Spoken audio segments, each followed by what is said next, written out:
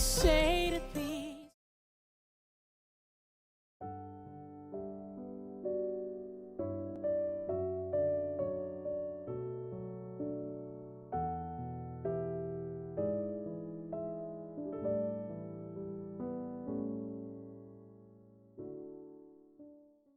9월 25일 월요일입니다.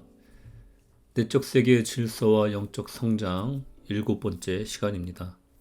지난 시간에 이어서 쫓겨다니는 사람의 특징 2번째 함께 나누도록 하겠습니다. 쫓겨다니는 사람은 성취를 나타내는 상징을 과시하는 데 재빠르다.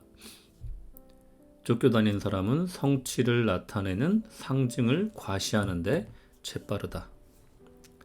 직함, 학위, 집의 크기, 고급 사무실, 소위 매력적인 배우자, 슈퍼볼 경기 특석 초대장, 친구처럼 이름을 불러도 좋을 유명 인사 등 이 모든 것이 쫓겨다니는 사람이 사용하는 수단이다. 이런 것들이 다른 사람들의 부러움과 존경을 불러일으킨다. 보통 자신의 평판에 상당한 관심을 갖게 된다. 쫓겨다니는 사람은 내가 하고 있는 일을 누가 알아줄까? 어떻게 하면 내 분야의 저명 인사와 연줄을 맺을까? 하고 고민한다. 이런 질문들이 쫓아다니는 사람의 마음을 자주 사로잡는다.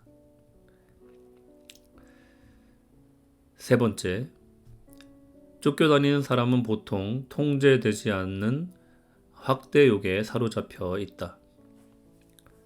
쫓겨다니는 사람은 보통 통제되지 않는 확대욕에 사로잡혀 있다. 그런 사람은 항상 더욱 성장하고 성공하는 무언가의 일부가 되기를 좋아한다. 그들은 가장 크고 좋은 기회를 잡기 위해 끊임없이 움직인다. 그들에게는 지금까지 이루어 놓은 성취를 음미할 시간적 여유조차 없다. 네 번째, 쫓겨다니는 사람은 온전한 인격에는 별 관심이 없는 경향이 있다. 그들은 성공과 성취에 몰두해 있기 때문에 잠깐 멈추어서 내면의 인격이 외적 활동과 보조를 맞추고 있는지 자문해 볼 시간조차 없다. 대개는 보조를 맞추지 못하고 간격이 점차 벌어지기 일쑤며 스티븐 코비가 원칙 중심의 삶이라 불렀던 것에 붕괴가 따르곤 한다. 이러한 사람은 갈수록 허세가 심해져 남을 기만할 뿐 아니라 스스로를 기만하게 된다. 끊임없이 앞으로 치닫다 보니 스스로 자신의 동기를 속이고 가치관과 도덕 영역에서도 현실과 적당히 타협한다. 성공을 향한 지름길이 곧 삶의 방식이 된다. 목표를 너무 중시한 나머지 자기도 모르는 사이에 윤리적 타락에 빠져든다. 쫓겨다니는 사람은 무서울 정도로 실용주의적 사람이 되어버린다. 다섯 번째, 쫓겨다니는 사람은 사람을 조종하거나 위협하는 능력이 아닌 한 대인관계 기술이 풍부하지 않을 가능성이 높다. 그들은 타인이 기쁘게 일할 수 있는 환경을 잘 만들지 못한다. 그들에게는 사람보다 프로그램, 과업, 업무가 더 중요하기 때문이다. 그들의 시선은 목적과 목표에 맞추어져 있기 때문에 목표를 달성하는 데 쓸모가 없다면 주위 사람들에 거의 신경 쓰지 않는다. 별로 쓸모없어 보이는 사람이 있다면 과업을 완수하는 데 방해되는 장애물이나 경쟁 상대로 여기기 일쑤다. 쫓겨다니는 사람이 지나간 자리에는 희생자의 행렬이 있기 마련이다. 한때 탁월한 지도자라고 칭송받던 자가 금방 불만과 적개심의 대상이 되는 경우가 있다. 그런 인물은 인간 존재의 건강과 상징에 대해서는 무관심하기 때문이다. 아울러 마음속에는 어떠한 협상도 불가한 계획이 숨어 있음이 분명해지는데 그 계획은 다른 어떤 것보다 중요한 절대적 위치에 군림하고 있다. 쫓겨다니는 사람 주위에는 일하던 동료나 부하 직원은 지치고 혹사당하여 환멸을 느낀 채 하나 둘 떠나 버린다. 그에 대해서 이렇게 평하면서 말이다. 같이 일하는 건 정말 죽을 노릇이지만 그 사람은 일 하나는 끝내주기 잘해. 바로 여기에 문제가 있다. 쫓겨다니는 사람은 어떤 일에든 해내고야 마는 성격이지만 그 과정에서 사람을 파괴할 수 있다는 것이다. 그리 보기 좋은 모습은 아니다. 그런데 한 가지 무시 못할 아이러니는 종교 단체건 일반 단체건 큰 조직에서는 한결같이 이런 유의 사람들이 요직을 차지하고 있다는 점이다. 그들은 비록 대인관계를 파괴하는 폭탄을 안고 있지만 업무상 없어서는 안 될 인물인 것이다. 나는 우리 교회 교육자 한 분과 교회 로비에서 대화를 나누었던 때의 이야기를 자주 하곤 한다. 그때 메를린이라는 성도가 안문으로 들어왔는데 그녀는 정신질환 때문에 여러 가지 약을 복용하고 있었다.